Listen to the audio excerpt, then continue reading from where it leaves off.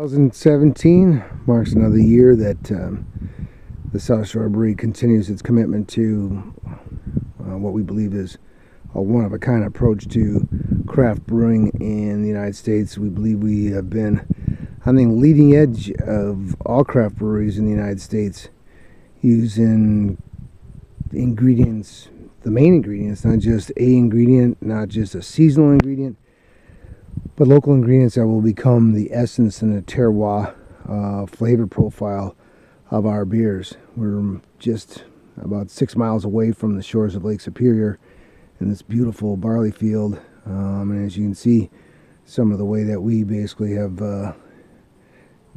all the underpinnings of clover and control some of the weeds, and will actually fortify this field for next year as well. But this is a 6-row barley that becomes our base malt for all the beers that we brew at the South Shore Brewery.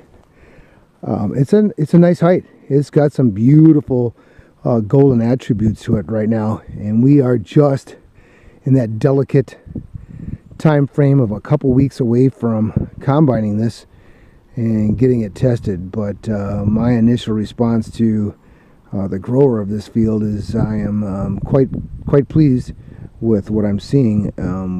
It's always a challenge here in the upper Midwest to raise this commodity, and to raise it in such a high quality that it passes muster to become base malt for the South Shore Brewery beer. But as we get a little bit closer down here, the heads are beautifully formed, consistent. The height of the barley looks consistent enough, so when you combine it, you basically get a really marvelous kind of yield.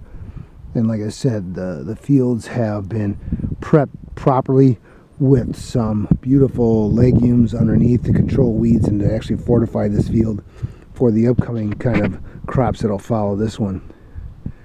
So hats off to Craig Vernon and his crew over at the Ashland Ag farm for producing this field right now. But like I said, we're in a critical stages, and we always keep our fingers crossed about weather these days. We're at the volatile stage of weather here in the northern stretches of Wisconsin. Like I said, we're about 3 or 4 miles away from the shores of Lake Superior. Of course, depends if you're flying by the crows or if you're taking the road. But if you were to take Highway 63, which is just outside here, you're about 6 miles. But as the crow flies, we're probably about 4 miles away from the shores of Chequamegon Bay and Lake Superior.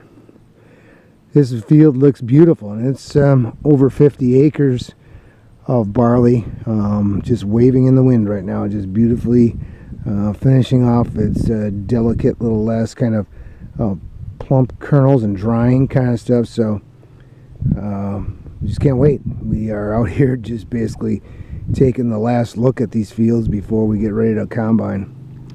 So wish us luck. Cheers, everybody.